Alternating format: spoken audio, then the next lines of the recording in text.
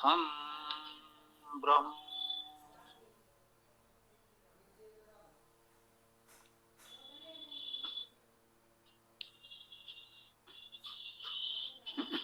हाँ भाई, ये पुलकित जी सार्वनामिक विभक्तियों की चर्चा हम लोग कल कर चुके हैं, आज करना है, क्या लग रहा है?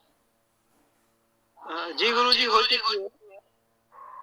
ये प्रयोग से बाकी तो वैकल्पिक व्यक्ति ही याद कर दिया है टॉपिक। जी जी, हाँ, जो ये प्रेजेंट हो रहा था तो हमने देखा, तो ठीक है।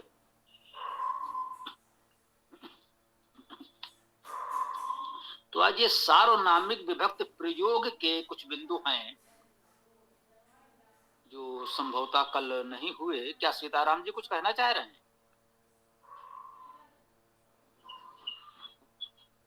जी, यही कह रहा हूँ कि कोई साथी बीच में बोलता है तो उसे निकाल दिया जाएगा। 1 या 2 बार माइक बंद कर देंगे, इसके पश्चात उसे निकाल देंगे।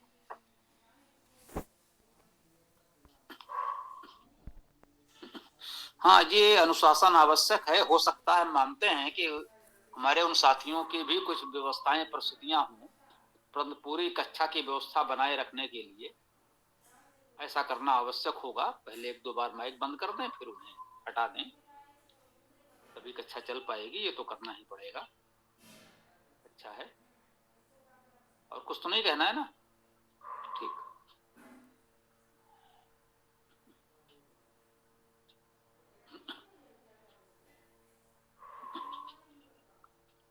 तो आज हम लोग ये सार्वनामिक विभक्तियों के ये कुछ विभक्त प्रयोग के 4 बिंदु हैं, इनकी बात कर लेते हैं, फिर अगले प्रकरण पर आएंगे।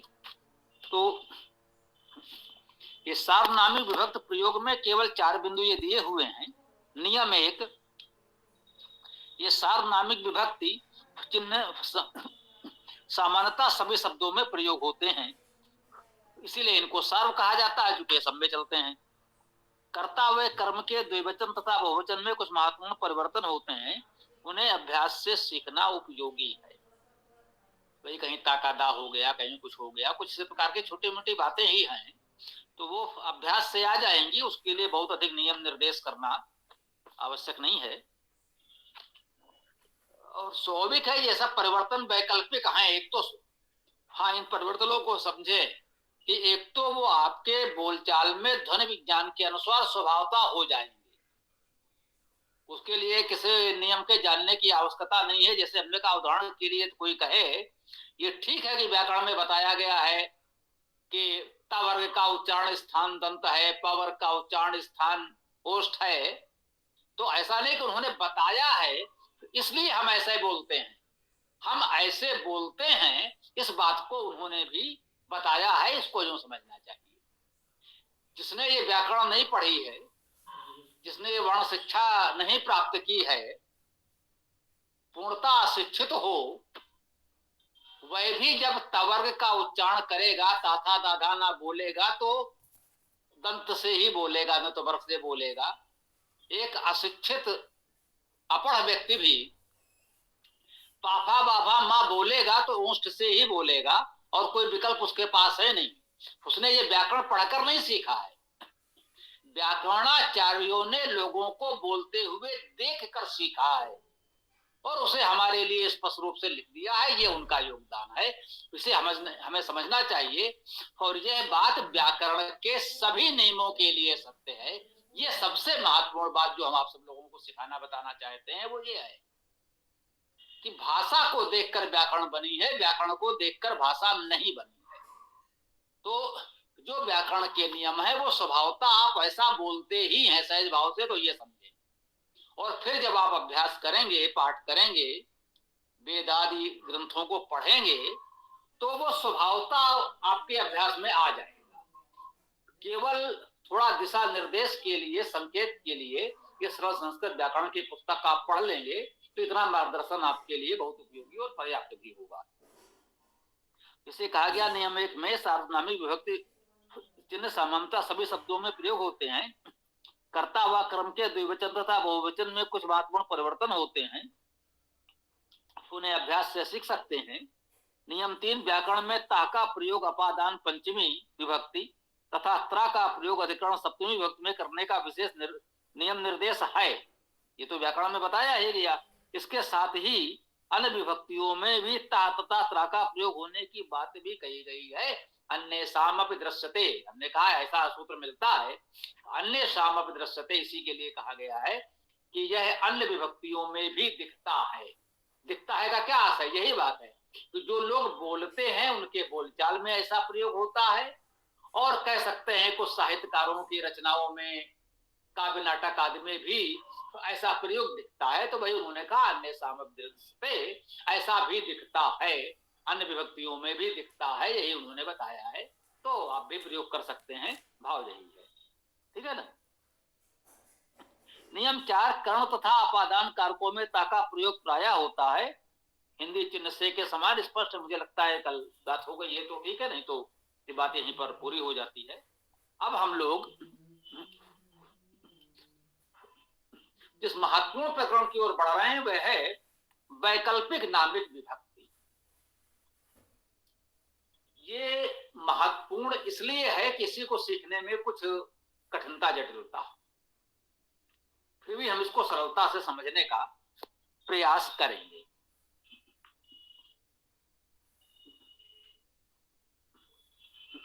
प्राचीन शास्त्रीय संस्कृत में मूल तथा सार्वनामिक विभक्तियों के अतिरिक्त अनेक अन्य नामिक विभक्ति प्रत्यय भी प्रयोग होते रहे हैं, उनको हम वैकल्पिक नामिक विभक्ति कहते हैं।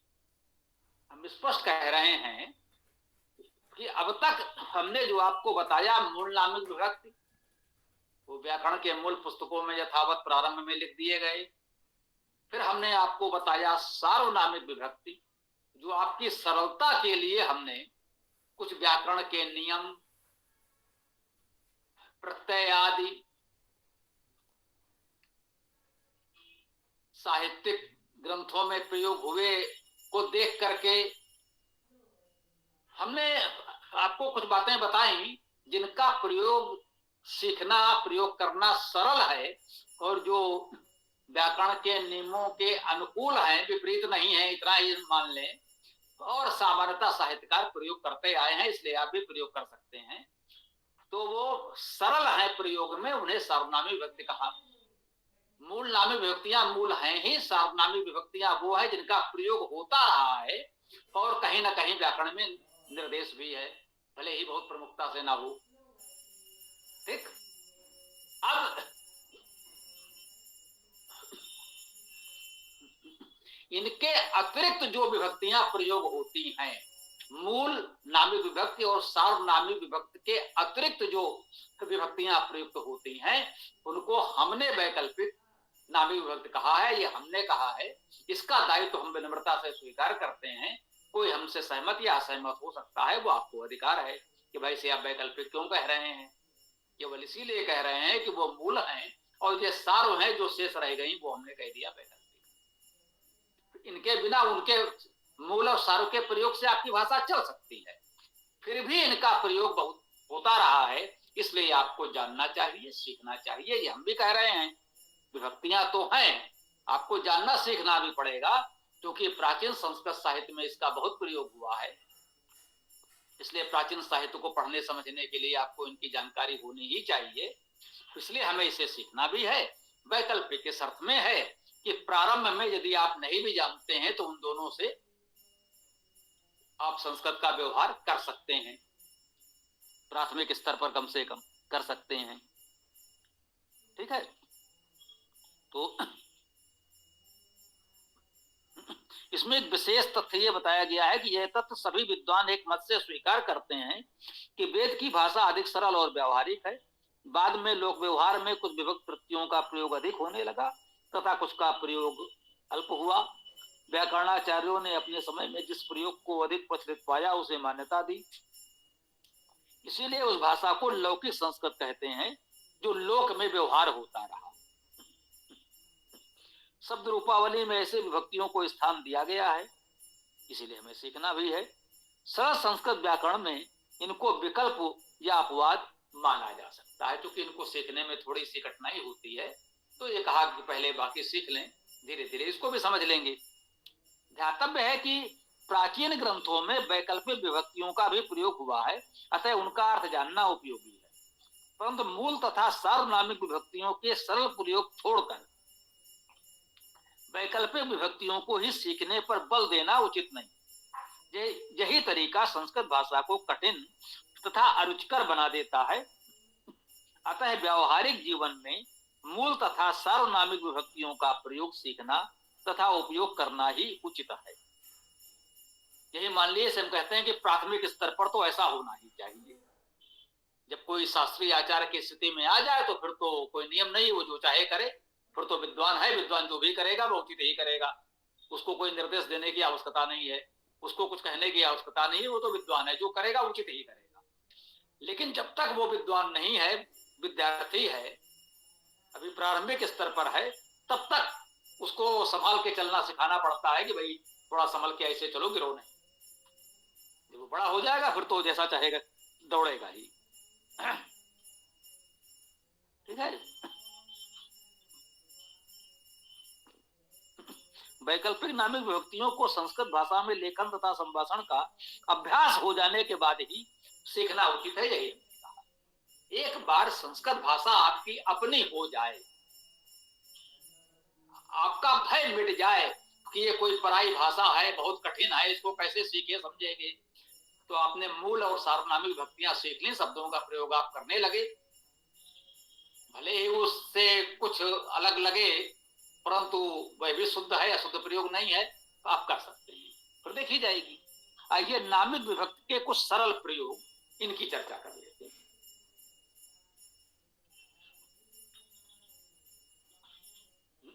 इसमें नियम है, सभी व्यंजनांत शब्दों के रूप मूल नामिक विभक्तियां लगाकर तथा सुरांत शब्दों के रूप सार्वनामिक विभक्तियां लगाकर बनाएं। बहुत सीधा से नियम।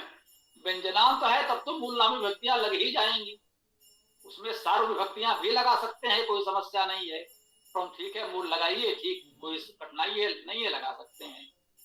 और स्वरांत शब्द है, उनमें कुछ समस्या आती है, कारांत, इकारांत, उकारांत, एकारांत में कैसे रूप बनेंगे, तो उसमें सार्वनामिक विभक्तियां लगा दीजिए, वो सब में लग जाएंगे, सरल हो गया।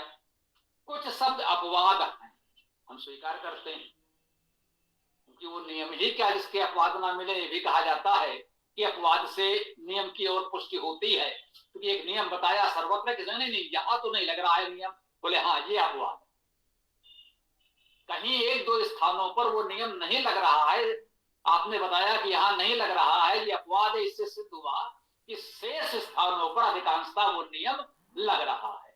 तो कहते हैं अपवाद जो होते हैं वो नियम की पुष्टि करते हैं, खंडन नहीं करते। बताते हैं बस एक दो अपवाद है, शेष में तो वो लग ही रहा है। ठीक है, तो कह सकते हैं कुछ शब्द अपवाद हैं, अनुभव तथा अभ्यास से उसको सीखा जा सकता है, उनके लिए सरल व्यवहारिक नियम ध्यान रखें। देखिए उभय लिंग या नपुंसक लिंग शब्दों में कर्ता व कर्म के रूप एक समान होते हैं, ये महत्वपूर्ण बात है। सामान्यतः 7 विभक्तियां होती हैं प्रथमा से सप्तमी तक, इनमें प्रथमा द्वितीया कर्ता कर्म एक समान हो गया तो एक से तो आप मुक्त हुए, आप उसे प्रथमा माने या द्वितीया माने, अब 7 में एक दो जब एक समान हो गई तो चेन सीखने को आपको। तृतीया से सप्तमी तक सभी रूप अन्य शब्दों के समान ही होते हैं, अर्थात जिन्हें उभय लिंग या नपुंसक लिंग कहा जा रहा है, प्रथमा द्वितीया तो एक समान हो गया, तृतीया से सप्तमी तक सामान्यतः जिन्हें पुल्लिंग कहा जाता है उसी के अनुसार होता है, तो वो भी अलग से सीखने की आवश्यकता नहीं रही, बस प्रथमा द्वितीया में जो कुछ थोड़ा सा परिवर्तन है वो सीख समझ लीजिए,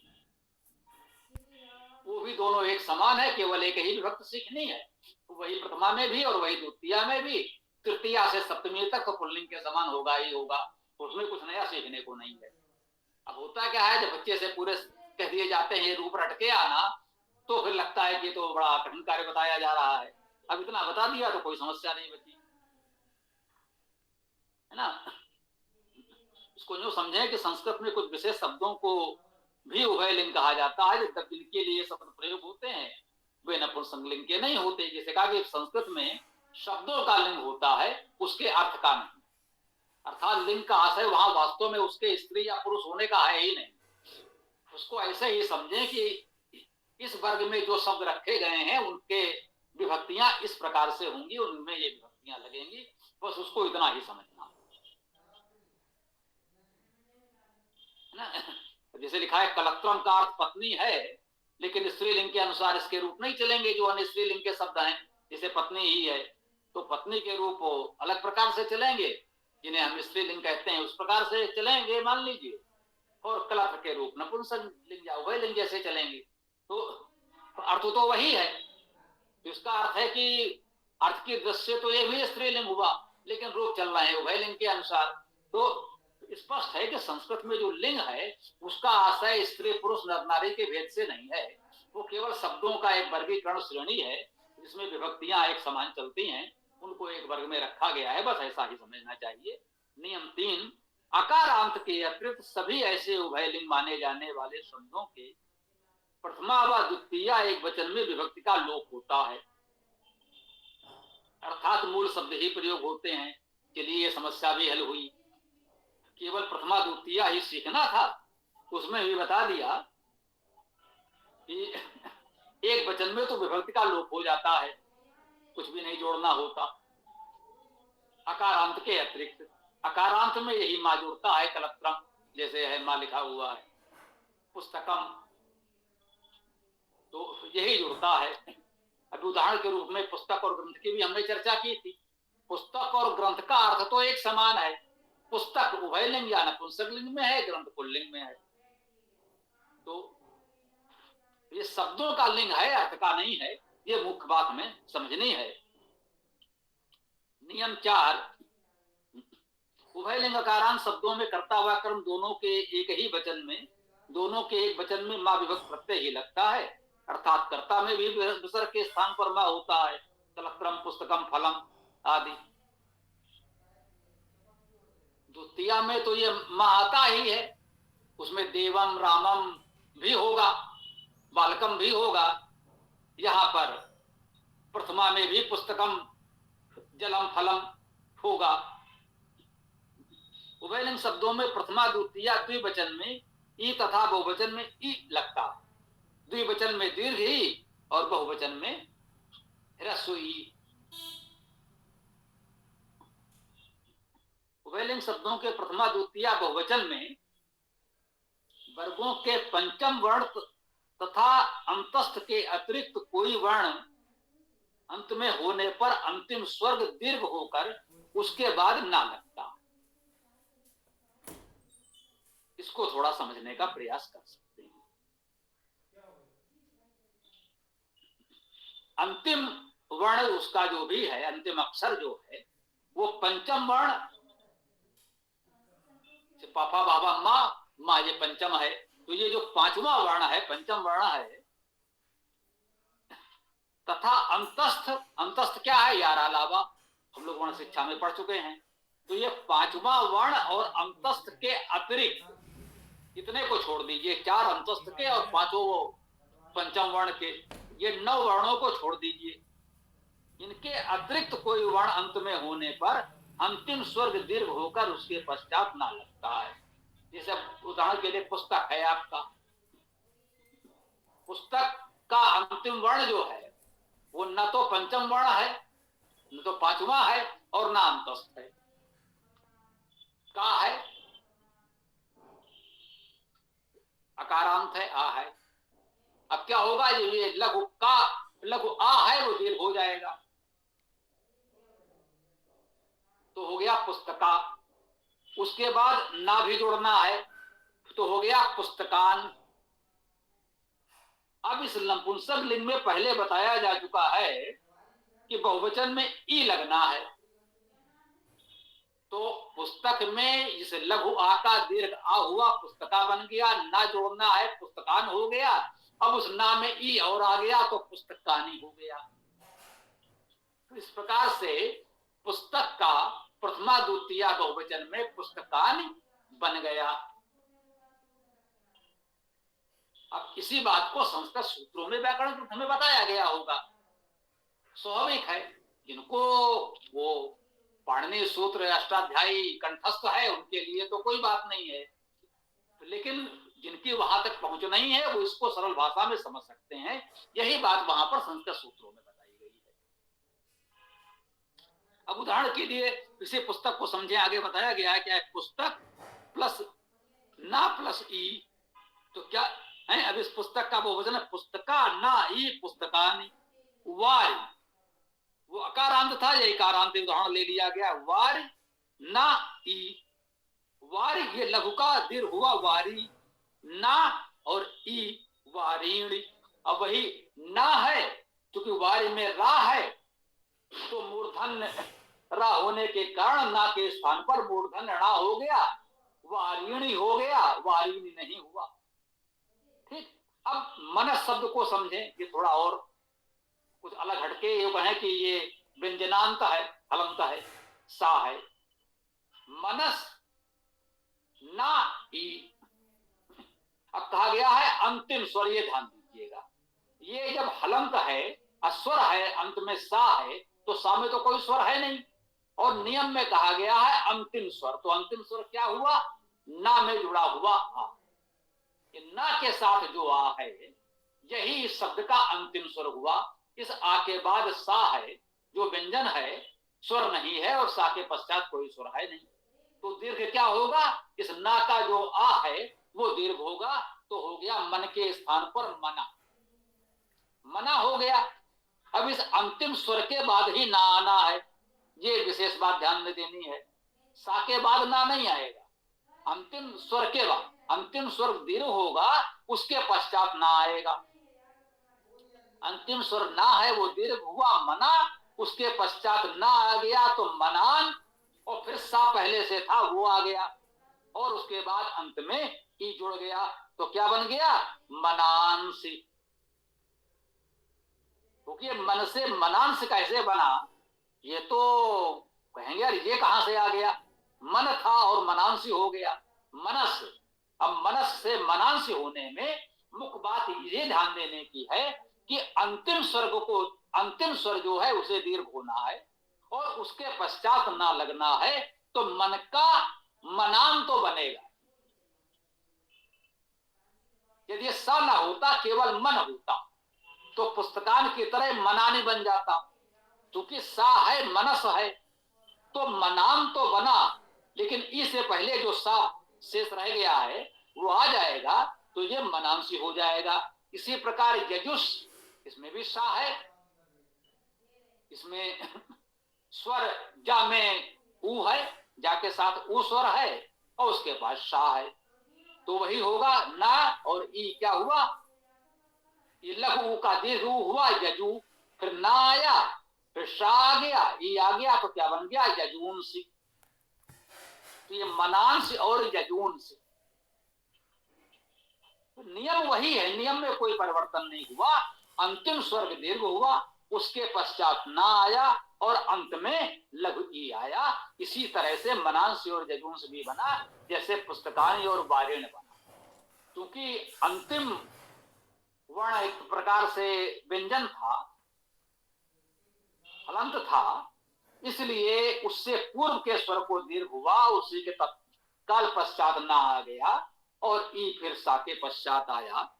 इसलिए थोड़ा सा इसके स्वरूप में आपको कुछ नवीनता लग सकती है, परंतु नियम में कोई परिवर्तन नहीं है, नियम वही है। ठीक। नियम 7, उभयलिंग शब्दों के अंत में ई उ री होने पर सभी स्वराद विभक्तियों से पूर्व ना जुड़ जाता है। अगर वो उभयलिंग का कोई शब्द है और उसमें स्वर जैसे पुस्तक आदि अकारांत तो कह दिया, अब अकारांत आके अतिरिक्त अन्य स्वर जो हैं ई उ री, यदि ये हैं, तब क्या होगा? स्वराद विभक्तियों से पूर्व ना जुड़ जाता है। स्वराद विभक्ति का क्या आशय है? जिस विभक्ति से पहले स्वर होता है, विभक्ति में पहला वर्ण जो है वो स्वर होगा, उसे हम स्वरादि कह रहे हैं। जिसके आदि में स्वर हो वो स्वरादि विभक्ति, उससे पूर्व ना जुड़ जाएगा। ना के स्थान पर विकल्प से णा हो जाना संस्कृत में सामान्य प्रवृत्ति बताया। वो मूर्धन उच्चारण के कारण हो जाता है, इसके लिए नियम बताया जा चुका है। उदाहरण जैसे वारी, अभी वारी का रूप हमने यहाँ वारी में बनाया था बहुवचन प्रथमा द्वितीया में, अब यहाँ देखिए तृतीया बना रहे हैं। वारी शब्द है, अब इसमें विभक्ति क्या है, तृतीया की विभक्ति है आ। वारी में आ जोड़िए। अब नियम ये है कि स्वरादि विभक्ति है, आदि में स्वर है, आ है, तो इससे पहले ना आ जाएगा। तो आ के स्थान पर जब ना आ जाएगा तो ना हो जाएगा। वारी ना हो गया, ना के स्थान पर ना हो जाएगा, क्योंकि रा है, रा मूर्धन्य है, तो ना के स्थान पर मूर्धन्य णा आ गया, तो रूप बन गया वारिणा। इसी प्रकार से मधु में आ जुड़ा तो ना का आगम हुआ तो ना हो गया मधुना। नियम 8, पुल्लिंग शब्दों के अंत में ह्रस्व या लघु स्वर होने पर कर्म बहुवचन में अंतिम स्वर दीर्घ होकर ना जुड़ता है, परंतु नपुंसक लिंग विभक्ति का ई नहीं लगता। ये ध्यान दीजिए। अभी नपुंसक लिंग की हम लोग चर्चा कर रहे थे, यहां पर यह बात बताई जा रही है कि यदि वो पुल्लिंग है, नपुंसक लिंग नहीं है, और अंत में कोई ह्रस्व या लघु स्वर है, तो कर्म बहुवचन में, कर्ता में नहीं। नपुंसक लिंग में तो कर्ता और कर्म एक समान होते हैं, पुल्लिंग में ऐसा नहीं होता। तो पुल्लिंग के कर्म बहुवचन में नियम वही है, अंतिम स्वर्ग दीर्घ भी होगा, उसके पश्चात ना भी जुड़ेगा, परंतु नपुंसक लिंग का जो प्रतीक बन गया है लिंग विभक्ति का ई, लघु ई जो अंत में जुड़ता है वो नहीं जुड़ेगा। अब क्या होगा, बालक है उसमें ना जुड़ना है, ये बताया जा रहा है, और इस अंतिम स्वर का को दीर्घ होना है, तो बालका का के आ का दीर्घ होकर बालका हो गया, और ना जुड़ना है तो बालकान हो गया। हरि है तो हरि के लघु ई का दीर्घ होकर के हरि हो गया, और ना जुड़ गया हरिन हो गया। गुरु का भी यही होगा, गुरु के लघु ऊ को दीर्घ होकर गुरु हो गया, ऊ दीर्घ हो गया, और ना जुड़ा तो गुरुन हो गया। ऐसे पितृ का पितृन हो गया, यहाँ पर भी रिकार दीर्घ हो गया है। अब री का ह्रस्व उच्चारण ही ठीक से नहीं हो पा रहा है, तो दीर्घ क्या करेंगे, लेकिन व्याकरण में है तो है, नियम है तो है, नियम है तो चलेगा। अब रे होता और भी प्रचलन में नहीं है, फिर भी नियम तो यही लगेगा। विशेष इस प्रकार हम पाते हैं कि पुल्लिंग तथा नपुंसक लिंग कर्म कारक द्वितीय बहुवचन में बहुवचन आ के स्थान पर ना जुड़ता तथा अंतिम स्वर दीर्घ हो जाता है। नपुंसक लिंग के सभी शब्दों में ऐसा होता है, परंतु पुल्लिंग में लघु स्वर अंत में होने पर ही ऐसा होता है। तब आह को मूल विभक्ति मानने पर इसे अपवाद ही कहना पड़ेगा, परंतु यह नियम के समान ही व्यापक है। आह विभक्ति प्रत्येक कर्ता बहुवचन, कर्म बहुवचन, अपादान एक वचन तथा संबंध एक वचन में भी लगता है। तो आह लगा है तो उसे हम क्या माने, है ना, कर्ता बहुवचन भी कह सकते हैं, कर्म बहुवचन भी कह सकते हैं, अपादान एक वचन भी कह सकते हैं, एक वचन भी कह सकते हैं। तो जो वाक्य में प्रयोग होगा तो ये भ्रम उत्पन्न कर सकता है। जगत में आ लगा है जगता, तो इसे आप कर्ता बहुवचन मानेंगे, अपादान एक वचन मानेंगे, संबंध एक वचन मानेंगे। तो इस प्रकार से इस विभक्ति लगने से उसे अनेक विभक्तियों में अनेक अर्थ किए जा सकते हैं, और बहुधा वेद या लौकिक साहित्य में अर्थ करते समय ऐसा करना पड़ा है। बहुत से ऐसे मंत्र या श्लोक मिलते हैं कि लगभग सभी भाष्यकारों को उसके अलग अलग विभक्ति मानकर अलग अलग अर्थ करने पड़े हैं, क्योंकि व्याकरण से तो ये भी हो सकता है और ये भी हो सकता है, तो करना होगा, करना पड़ा है। तो इसलिए यहाँ पर एक विचार दिया गया है, अतः कर्म बहुवचन के दीर्घत्व के साथ ना के प्रयोग को मूल विभक्ति प्रत्यय मान लेना उचित है। अब देखिए ये एक सुझाव विचार है जिससे आप सहमत या असहमत हो सकते हैं। कोई कह सकता है भाई आप ये कहने वाले कौन होते हैं, भाई हम कुछ नहीं होते, विनम्रता से एक बात कही है, आपको स्वीकार भी हो सकता है या नहीं हो सकता है, वो आपकी इच्छा है। इसका प्रयोग सभी शब्दों में करना व्यवहारिक दृष्टि से उपयोगी है। व्यंजनात् शब्दों में अन लघु स्वर होने पर दीर्घत्व के साथ न तथा दीर्घ स्वर होने पर न का प्रयोग हो सकता है। अभी ऐसा नहीं कि हमने कोई अपनी इच्छा से कुछ थोपना चाहा है। कह सकते हैं जो कुछ हमारा जीवन इसी क्षेत्र में रहा, जीवन भर जो कुछ स्वाध्याय, चिंतन, सत्संग, गुरुजनों से जो कुछ विद्या सीखने का शुभ अवसर, सौभाग्य प्राप्त हुआ, उस सबसे निष्कर्ष रूप में ये कुछ विचार बने कि भाई ये एक सामान्य प्रवृत्ति हमारे वैदिक भाषा में है, उसके अनुसार सरल रूप में इसको ऐसा अपनाया जा सकता है। तो हमने अपनी बात आपके समझ रख दी है, उसे स्वीकार करना न करना ये आपके विवेक पर है, ये आपको पूरा अधिकार है। तो इसमें नियम अभी बहुत हैं और समय आपका बहुत हो गया है, तो मुझे लगता है कि यहाँ पर इसको विराम दे दें। 8 नियम हो गए हैं और इसमें 17, तो शेष की चर्चा हम लोग कल कर लेंगे, यही उचित होगा। कोई इससे संबंधित विशेष प्रश्न हो तो ले सकते हैं, वेदाष्टक पाठ करें और फिर आगे मंत्र चर्चा करें। ओम।